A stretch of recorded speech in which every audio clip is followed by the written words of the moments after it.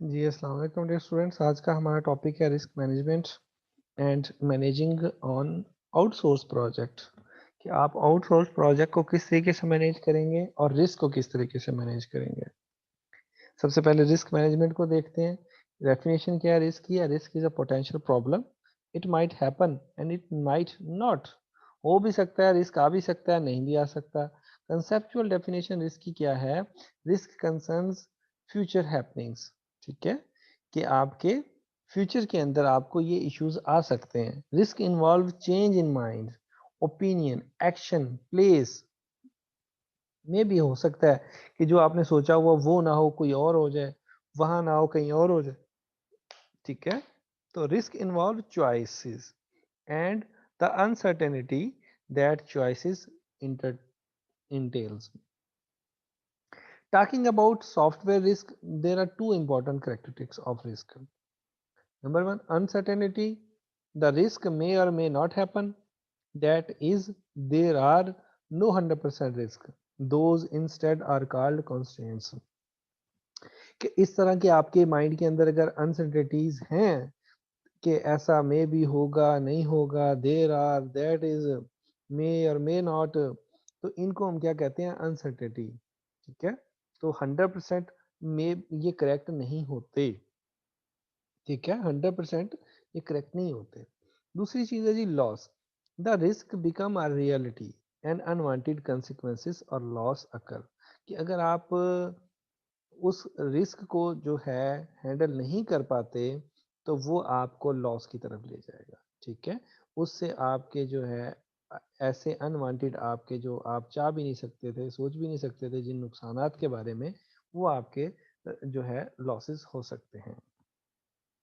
इसकी जी तीन कैटेगरीज हैं। नंबर वन आपके पास है प्रोजेक्ट रिस्क। प्रोजेक्ट रिस्क के अंदर आपके पास क्या आ जाता है जी? Are risk that affect the project schedule और resources. An example might be the loss of an experience designer. For example अगर आपका चला जाता है तो ये भी आपके प्रोजेक्ट का रिस्क है। प्रोडक्ट रिस्क क्या है जी? Are risk that effect the quality or performance of the software being developed. An example might be the failure of the purchased component to the perform as expected। कि जो आप tool use कर रहे थे वो टूल जो है आपका उस प्रोडक्ट के लिए यूज किया जा रहा था ना, तो वो टूल आपका जो है फेल हो गया है, तो आपका ये प्रोडक्ट रिस्क है। बिजनेस रिस्क क्या हो सकता है? बिजनेस रिस्क जो है आपके पूरे कारोबार को नुकसान दे, आपकी ऑर्गेनाइजेशन को नुकसान दे। उसकी एग्जांपल है कि कंपटीटर कोई मार्केट में आ गया नया जो वही प्रोडक्ट बनाने लग गया, तो ये आपका बिजनेस रिस्क है। ठीक है, तो प्रोजेक्ट रिस्क, प्रोडक्ट रिस्क और बिजनेस रिस्क, ये तीन कैटेगरीज होती हैं रिस्क की। इसके अलावा जो है अगर आप बिजनेस रिस्क को सब कैटेगरीज के अंदर डिवाइड करें तो मार्केट रिस्क भी आ जाता है, बिजनेस इफेक्ट पड़ता है इससे। स्ट्रेटेजिक रिस्क भी आ सकता है। ठीक है, जिससे आपकी जो है अगर आपने फॉर एग्जांपल कोई स्ट्रेटेजी चेंज कर दी है जिससे आपके बिजनेस को इफेक्ट हुआ है या आपकी कंपनी को लॉस हुआ है, तो वो आपका स्ट्रेटेजिक रिस्क भी हो सकता है। सेल्स के हवाले से भी रिस्क हो सकते हैं। Building a product that the sales force does not understand how to sell. के प्रोडक्ट बना ली है, हो सकता है वो सेल ना हो या सेल करनी ना आ रही हो। मैनेजमेंट रिस्क भी हो सकता है कि सीनियर मैनेजमेंट की तरफ से कोई चेंजेस हो जाती हैं। ठीक है, लोग चेंज हो जाते हैं, या फिर आपका जो है बजट के हवाले से भी रिस्क आ सकता है। तो ये वो सारे के सारे रिस्क हैं जो आपके क्या हैं, आपके बिजनेस रिस्क हैं। बिजनेस रिस्क है। ठीक है, ये वो रिस्क है जो बिजनेस के हवाले से रिस्क है। इसके अलावा और कौन से रिस्क हो सकते हैं?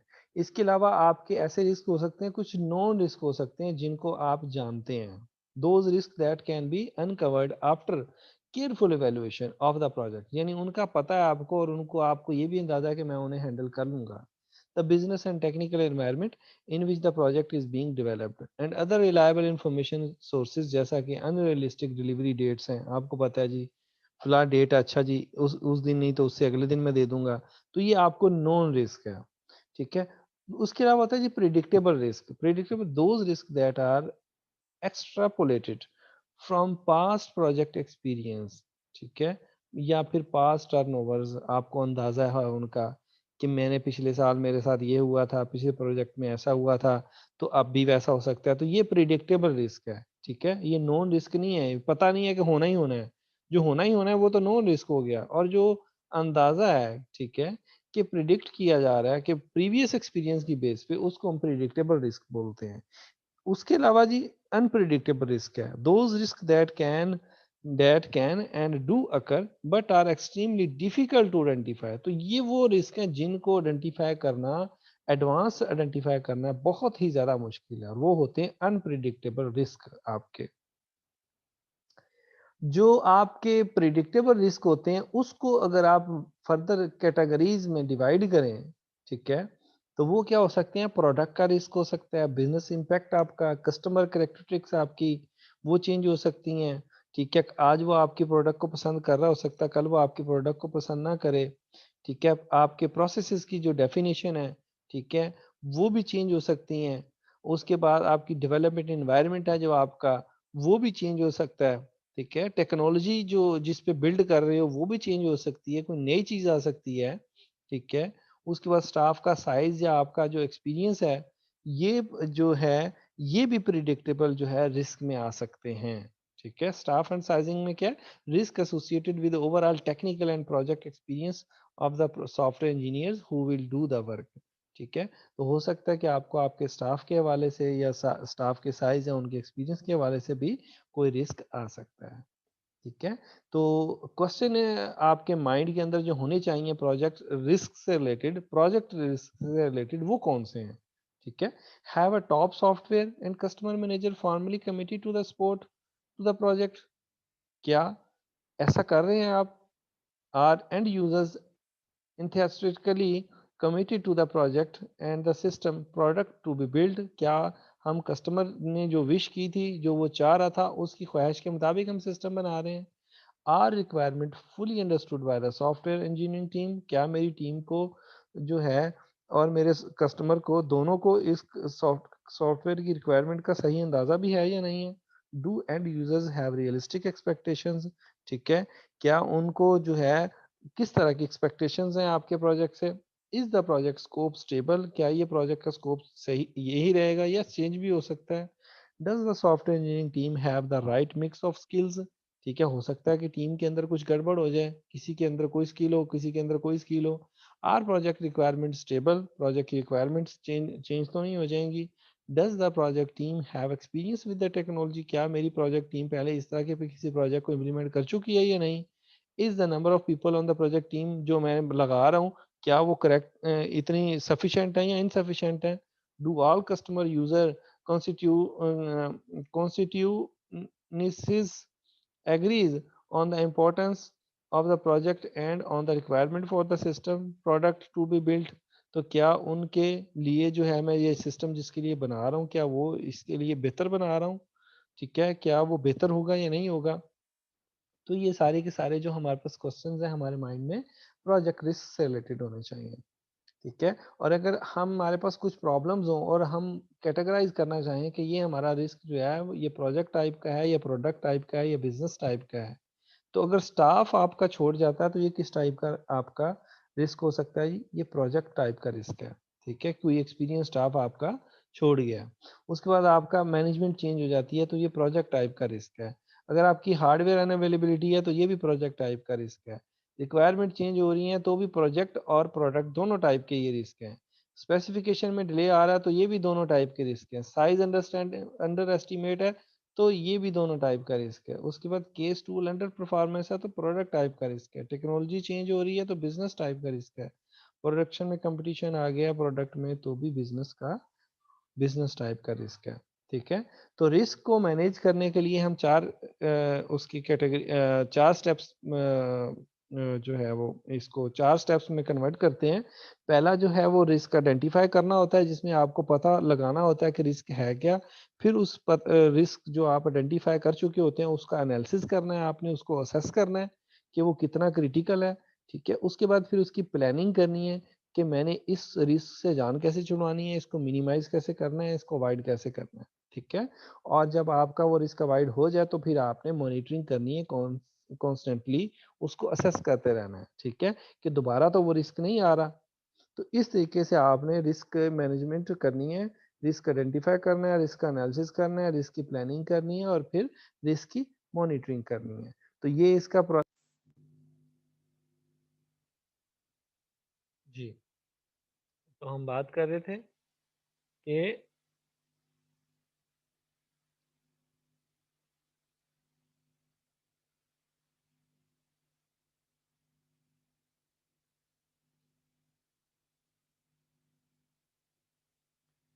हम बात कर रहे थे रिस्क मैनेजमेंट प्रोसेस की। तो रिस्क को आइडेंटिफाई करना, रिस्क को एनालाइज करना, फिर रिस्क की प्लानिंग करना, फिर रिस्क को मॉनिटर करना। तो आइडेंटिफिकेशन में आपने लिस्ट बना लेते हैं, रिस्क की एनालिसिस के अंदर उसकी जो है डिफरेंट प्रायोरिटीज सेट कर लेते हैं, रिस्क को लेवल्स उसको साइन कर लेते हैं, high level, low level, medium level.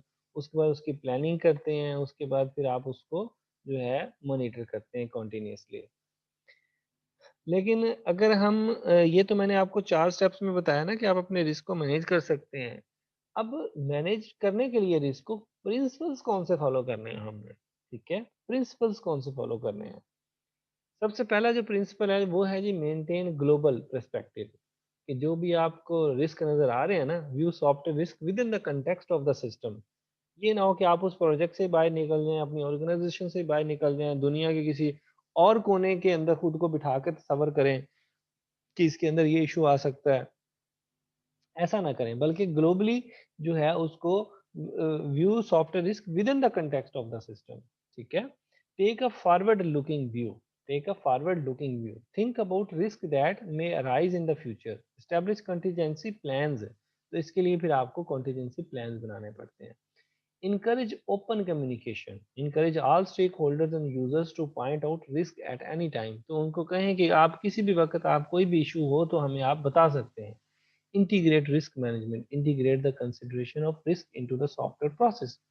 Emphasize the continuous process of risk management. Modify, identify risk as more become known, and add new risk as better insight is achieved. ठीक है जी। उसके बाद आपने जो छठा रूल है आपके पास वो ये है कि डेवलप करें शेयर्ड प्रोडक्ट विजन। ये ना हो कि आपके टीम मेंबर्स को या स्टेक होल्डर्स को पता ही ना हो कि हम कर क्या रहे हैं। उसके बाद encourage team work when managing risk, कि टीम वर्क में आप काम करें, ठीक है। उसके बाद जो है बात करते हैं कि इसका रिस्क टेबल किस तरह होना चाहिए, ठीक है। जब भी आप कोई रिस्क की कोई शीट बनाते हैं, कोई लिस्ट बनाते हैं, तो वो किस तरह से होनी चाहिए। A risk table provide a project major with a suitable technique, with a simple technique for a risk projection. It consist of 5 column. पहले में आप रिस्क समरी देनी है, दूसरे में आपने रिस्क की कैटेगरी बतानी है, तीसरे में आपने प्रोबेबिलिटी बतानी है, ठीक है। प्रोबेबिलिटी से मुराद क्या है कि estimate of risk occurrence based on group input, ठीक है। तो आपने बताना है कि ये इस तरह के ग्रुप्स की तरफ से जो है ये इंफॉर्मेशन मुझे मिल सकती है। उसके बाद आपने बताना है जी इम्पैक्ट 1 टू 4। 1 का मतलब क्या होगा, कैटास्ट्रोफिक, नंबर 2 क्रिटिकल, 3 मार्जिनल और निग्लेजिबल। यानी एक बिल्कुल ही खतरनाक, फिर खतरनाक, फिर कम खतरनाक और फिर ऐसा कि उसको इग्नोर ही कर दिया जाए, निग्लेजिबल, मतलब कि ये ज़्यादा इम्पोर्टेंट नहीं है, ठीक है। उसके बाद जी RMMM, आर ट्रिपल एम, इसका क्या मतलब है जी, pointed to paragraph in the risk mitigation, monitoring and management plan, कि उसके बारे में आपने क्या करना है। इस रिस्क के बारे में रिस्क नंबर 1 जो कि ये निकला, उसकी कैटेगरी ये थी, उसकी प्रोबेबिलिटी ये थी, उसका इम्पैक्ट ये था, तो अब मैंने करना क्या है उसके साथ। तो वो आपका जो प्लान है वो आपने इसके अंदर उसको कैसे मिटिगेट करना है, कैसे मॉनिटर करना है, कैसे उसका प्लान करना है, उसको फिर आप यहाँ पर मेंशन करते हैं, ठीक है जी। उसके बाद आपने क्या करना है, डेवलप करना है रिस्क टेबल। जब तो आपके पास लिस्ट आ जाएगी सारे के सारे रिस्क की, ठीक है, और आपके पास कॉलम वाइज उनकी इंफॉर्मेशन आ गई, तो फिर आप क्या करोगे, मार्क करोगे category of the each risk, कि सबसे पहले मुझे हाई प्रायोरिटीज वाले चाहिए, जिस तरह की जिसको हमने नंबर 1 असाइन किया था कैटास्ट्रोफिक, जिसमें 1-1 आ रहा है, मैं उनको एक साइड पे करना चाहता हूँ क्योंकि उनको मुझे सबसे पहले रिजॉल्व करना है, ठीक है। उसके बाद एस्टिमेट करना है मैंने उनकी प्रोबेबिलिटी के हवाले से उनका रिस्क अकरिंग कि कितना आ रहा है। उसके बाद असेस करना है impact of each risk based on average of the 4 risk components जो पहले हमने डिस्कस किए। Sort the rows by probability and impact in descending order, ठीक है। देन फिर आपने क्या करना है, ड्रॉ करो एक horizontal cut off line in the table कि मैंने ये रिस्क आज की डेट में या फलां की डेट में या फलां की डेट में जो है रिजॉल्व करने हैं या मैंने किसी को असाइन करने हैं, ठीक है। तो इस तरह से आप उन रिस्क को डील कर सकते हो। असेसिंग रिस्क इम्पैक्ट, रिस्क का इम्पैक्ट कैसे मेजर कर सकते हैं। Three factors affect the consequences that are likely if a risk does occur. पहला, इट्स नेचर, नेचर में क्या हो सकता है। This indicate the problem that are likely if the risk occur, वो मसला क्या था। उसके बाद उसका स्कोप, कि उसकी वजह से क्या क्या चीजें इफेक्ट हो सकती हैं। उसकी सेवेरिटी का अंदाजा लगाना कि वो कितना नुकसानदेह हो सकता है। How serious was it with the overall distribution, how much was affected. उसके बाद तीसरी जो चीज होगी वो होगी it's timing. This consider when and for how long the impact will be felt, कि कब तक मुझे ये नुकसान देगा रिस्क, ठीक है। जिस रिस्क का मैंने अंदाजा लगाया है वो उसकी नेचर क्या है, उसका स्कोप क्या है और उसकी टाइमिंग क्या है, ठीक है। टाइमिंग से मुराद कितने अरसे तक जो है या कब तक मुझे वो नुकसान पहुंचाएगा। उसके बाद the overall risk exposure formula है एक, R is equal to P multiply by C, जिसमें आप जो है रिस्क एक्सपोजर जो है आपका आर ई, वो आप एस्टिमेट कर सकते हैं। पी से मुराद क्या है जी, प्रोबेबिलिटी, और सी से मुराद क्या है जी, कॉस्ट, ठीक है। तो पी मल्टीप्लाई बाय कॉस्ट करेंगे तो आपके पास जो है आपका रिस्क एक्सपोजर निकल आएगा। एग्जाम्पल क्या है कि पी आपके पास, अगर आपके पास 80% प्रोबेबिलिटी आ रही है that 18 out of 60 software components will have to be developed, ठीक है। तो सी क्या होगा, C total cost of the developing 18 components is $25,000, ठीक है। तो अब आपने क्या करना है जी, अब आपके पास फार्मूला क्या था, पी मल्टीप्लाई बाय सी। तो आपके पास 80% निकला, तो इट मीन्स कि 0.8, अगर मैं परसेंटेज को खत्म करूं तो 0.8 मेरे पास आ गई वैल्यू, मल्टीप्लाई करूंगा $25,000 के साथ। तो $20,000 जो है वो मेरा क्या निकला, रिस्क एक्सपोजर निकला, कि इतना मुझे जो है लॉस हो सकता है अगर मैंने इस रिस्क को इस टाइम पे मिटिगेट नहीं किया, हैंडल नहीं किया तो, ठीक है। तो आप अपने डेवलप्ड कंपोनेंट को उनकी डेवलप कॉस्ट के साथ मल्टीप्लाई करके आप अंदाजा लगा सकते हैं कि मुझे कितना लॉस हो सकता है। अब बात करते हैं जी, आउटसोर्स जो प्रोजेक्ट होते हैं उनको हम कैसे मैनेज कर सकते हैं। प्रिवेंट प्रोजेक्ट फेलियर, के प्रोजेक्ट जो फेल हो जाते हैं उनको मैं कैसे जो है उनसे बच सकता हूँ। Don't be hand of client, ठीक है। कभी भी आप जो है क्लाइंट के जो है हाथ में सारा कुछ ना दे दें, ठीक है। Don't be hands of client, consistently constantly communicate project goals, ठीक है। हमेशा उनके साथ प्रोजेक्ट के गोल्स के बारे में डिस्कस करो, ये ना वो पूरा प्रोजेक्ट ही उठा के दे दो। The vendor's goal always differ from the client, जो वेंडर होते हैं ना उनके जो गोल्स होते हैं वो ऑलवेज डिफरेंट होते हैं। हमेशा जो बनाने वाला होता है वो कुछ और सोच रहा होता है, जो बनवाने वाला होता है वो कुछ और सोच रहा होता है। तो don't expect the team to ignore the vendor's goal, ठीक है। तो अपनी टीम से कहो कि ये मत भूलें कि वेंडर के क्या गोल हैं, बनाने वालों के, बना के देने वालों के क्या गोल्स हैं। उनका गोल क्या है, क्वालिटी और अपने कस्टमर की satisfaction. Work with the team to establish the goals of the project as an equal और greater priority. Transparency is specially important in an outsource project. तो जो आपके आउटसोर्स प्रोजेक्ट होते हैं उनके अंदर जो ट्रांसपेरेंसी होती है वो बहुत इंपॉर्टेंट होती है। एस्टिमेट करो वर्क को, vendor often estimate the work as a part of contract negotiation. जब तक आप एस्टिमेशन नहीं करोगे, एस्टिमेशन के अंदर फिर आप टाइम की भी आ जाती है, कॉस्ट की भी आ जाती है, तो तब तक आपका कोई कॉन्ट्रैक्ट जो है वो आपका निगोशिएशन की स्टेज पे नहीं जा सकता। This happens before the team is assigned, ठीक है। ये सारे के सारे काम कब करने हैं, टीम असाइन करने से पहले करने हैं। When the project team is assembled it may be necessary to re estimate the work. अगर आपने प्रोजेक्ट को टीम असाइन कर दी है तो फिर आपको चाहिए कि आप उसको री एस्टिमेट करो। Unrealistic estimate cause project to fail, अगर आप वो रॉन्ग एस्टिमेशन कर लेंगे तो आपके प्रोजेक्ट फेलियर की तरफ जाएंगे। Actively manage the project, a hands of project manager is usually surprised when the software is delivered, ठीक है। And the surprise is never a pleasant one. तो जब आपने हैंड ओवर ही कर दिया कस्टमर के हाथ में और वो बिल्कुल भी जो है वो क्वालिटी का नहीं था और ना ही उसमें से आपने रिक्वायरमेंट को वेरीफाई किया, तो फिर अब आपके बात गोल से निकल चुकी है और कस्टमर के पास चले गई है। अब वो फिर आपको कोई अच्छा रिस्पॉन्स नहीं देगा। It is not enough to just have weekly status meetings with no follow-up. Project managers need to know the team, just like an in house project. तो आप कोशिश करो कि वो आपके घर के अंदर आपके घर के फर्द की तरह सारे के सारे मिलजुल के काम करें, एक दूसरे के साथ इंटरेक्शन रखें, अपनी टीम के साथ जो है डिस्कशन में रहें। ठीक है, ये ना हो कि 15 दिन बाद, महीने बाद आप उनको चेक कर रहे हो, उनसे उनको शक्ल दिखा रहे हो, उनसे हालचाल पूछ रहे हो या उनसे स्टेटस पूछ रहे हो प्रोजेक्ट का, तो फिर आपका प्रोजेक्ट जो है वो फेलियर की तरफ ही जाएगा। द वेंडर्स मैनेजमेंट, के वेंडर को कैसे जो है मैनेज करना है। Build a relationship with the vendors management. If they don't support the project manager's goals or trust his decisions, the project will likely fail. तो अब भी प्रोजेक्ट आपका फेल हो सकता है। Don't allow the vendors escalation process to inference to interfere with the project. ठीक है, कभी भी उसको ये मत इजाजत दो कि वो आपके प्रोजेक्ट में इंटरफेयर करें। Make sure the management at the vendor recognize and rewards good work. और अगर आप अच्छा काम करेंगे तो आपको ऑब्वियसली रिवार्ड मिलेगा। प्रोजेक्ट टीम आपकी जो है, build a relationship with the team. A project manager does not have the same kind of relationship with the team that he would with the team in his own organization.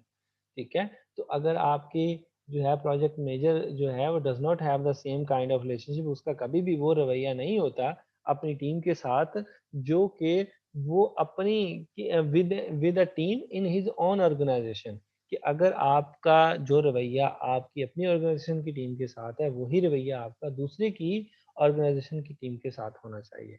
The project manager is not always right, कभी भी हमेशा दुरुस्त नहीं होता। The team does not report to him. ठीक है, कि और टीम जो उसको बता रही है वो भी जरूरी नहीं है कि वो सही कह रही हो। ठीक है, तो खुद से उसने एनालाइज करना है। Gain credibility by making good decisions. तो जब तक अच्छे डिसीजन होते रहेंगे प्रोजेक्ट आपका अच्छा चलता रहेगा। Collaborate with the vendor, plan and manage project scope. ठीक है, तो जब तक आपके पास प्रोजेक्ट का स्कोप नहीं होगा तब तक आप वेंडर के साथ कोलैबोरेशन नहीं कर सकते। The project start with the scope and budget.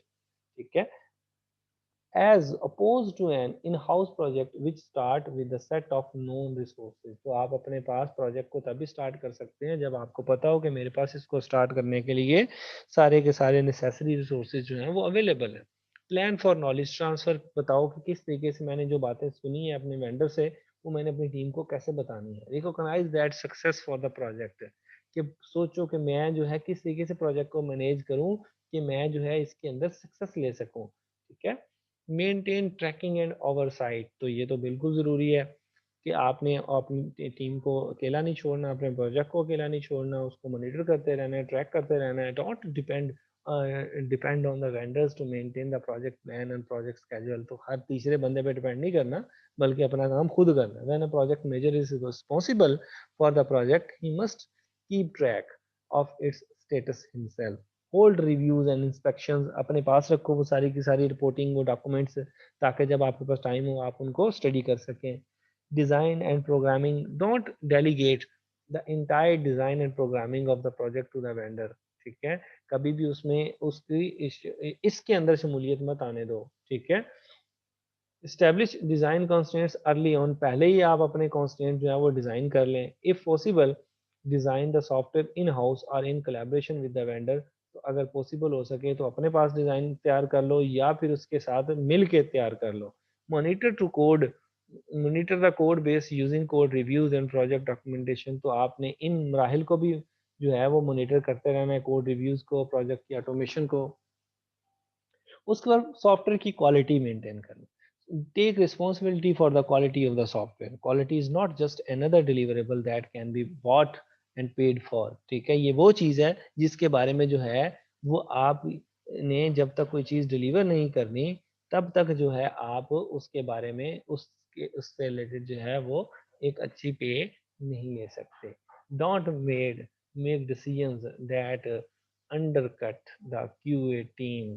ठीक है, ऐसे डिसीजन बिल्कुल भी ना लें जो कि आपके क्यूए की टीम से हट के हों। ठीक है, क्वालिटी वाली जो भी डिसीजंस हैं वो आपकी क्यूए की टीम के साथ मिलकर डिसाइड किए जाएं। Ensure that adequate time and budget is allocated for test planning and execution. तो ये हम पहले बात कर चुके थे कि आपने क्वालिटी के लिए भी अपने बजट का एक हिस्सा जो है वो मुख्तस करके रखना है।